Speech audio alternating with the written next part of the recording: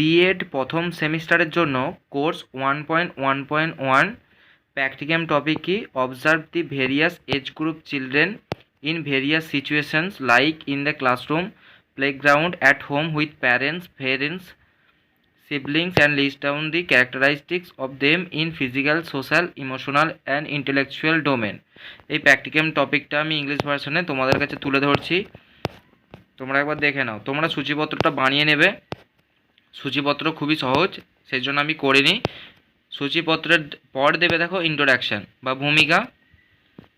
ভূমিকাটা এরকমই লিখবে যেরকমটি লেখা রয়েছে। একবার দেখিয়ে দিচ্ছি, দেখো তোমরা দেখে নাও। তোমরা ভিডিও পজ করে করে দেখে নেবে। এরপরে দেখো রয়েছে অবজেক্টিভস, উদ্দেশ্যটা 2 নম্বর পৃষ্ঠায় থাকবে, একবার দেখে নাও।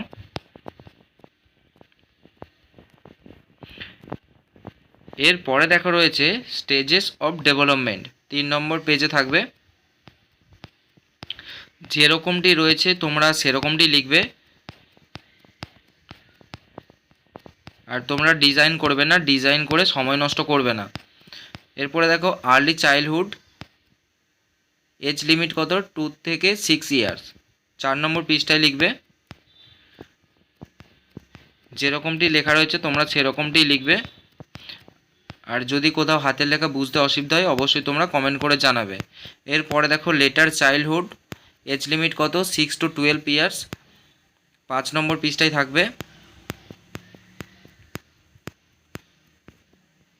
এরপরে দেখো অ্যাডলসেন্সের এজ লিমিট কত, 12 to 18 ইয়ার্স। এটা একবার দেখিয়ে দিচ্ছি, দেখে নাও। তোমরা ভিডিও পজ করে করে ধীরে ধীরে করে নেবে। এরপরে দেখো কেস স্টাডি 1, 7 নম্বর পৃষ্ঠায়। তোমাদেরকে স্কুলে যেতে হবে, ওখানে 5 জন শিক্ষার্থীদের সাথে তোমাদের যে যা যা করতে হবে এখানে প্র্যাকটিক্যালি করা রয়েছে। যেরকমটি রয়েছে তোমরা সেরকমটি করে দেবে। এক্সটার্নাল সেরকম তোমাদের খাতা দেখবে না, শুধু স্কুল নেমটা তোমরা যেখানে তোমাদের নিয়ে যাওয়া হবে সেখানেই সেইটাই দেবে, তাহলেই হবে। বাকি সমস্ত কিছু তোমরা কপি করে দেবে। এরপরে দেখো ইমোশনাল ডেভেলপমেন্ট, এই পরের পাতাটা দেখো। এরপরে রয়েছে কেস স্টাডি 2, এরকম করে 5টা করতে হবে। তোমাদেরকে পরপর দেখিয়ে দিচ্ছি। আর তোমরা ডিজাইন করবে না, সূচিপত্রে একমাত্র তোমরা ডিজাইন করবে। আর এক্সট্রা তোমরা টাইম স্পেন্ড করবে না। অতিরিক্ত সময় নষ্ট করলে কিন্তু তোমাদেরই বেশি ক্ষতি হবে, তাই অতিরিক্ত সময় নষ্ট করবে না। এই ছকটা দেখো পয়েন্ট অফ অবজারভেশন, এটা তোমরা 5টা কেস যে স্টাডি রয়েছে 5টার ক্ষেত্রেই করতে পারো, কিন্তু একটার ক্ষেত্রেও করতে পারো। যদি তোমাদের কলেজ থেকে বলে দেয় যে 5টা করতে হবে, তাহলে এটা দেখো, এইটা হচ্ছে 5টা বৈশিষ্ট্য রয়েছে, 5টা এই যে মেন স্ট্রাকচার যেটা রয়েছে একবার দেখিয়ে দিচ্ছি। Physical characteristics, dimension 1, dimension 2 social characteristics, dimension 3 emotional characteristics and dimension 4 intellectual characteristics. যদি তোমাদের 5টা কেস স্টাডিতেই যদি করতে বলে তাহলে তোমরা এইটাই জেরক্স করে নিতে পারো, বা তোমরা খাতাতেই লিখবে। যদি দিতে বলে তবে দেবে, না হলে দেওয়ার দরকার নেই, না হলে কিন্তু একটা দিলেই হবে।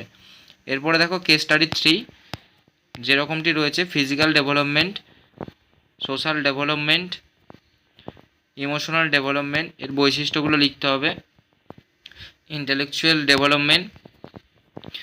এরপরে দেখো কেস স্টাডি 4, যেরকমটি রয়েছে সেরকমটি তোমরা করে দেবে, তাহলেই হবে।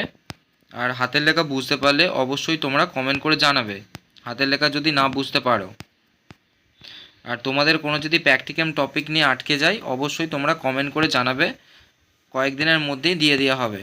আমরা চাইছি পুরো সম্পূর্ণ বিএড ডিগ্রিটা তোমরা বিনামূল্যে করতে পারো, তাই অবশ্যই তোমরা কমেন্ট করে তোমাদের প্রবলেমগুলো জানাবে, আমরা সময় মতো ঠিক দিয়ে দেব।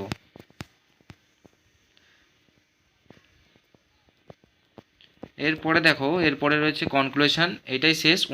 19টা পাতা রয়েছে, খুব সহজ পদ্ধতি করা রয়েছে।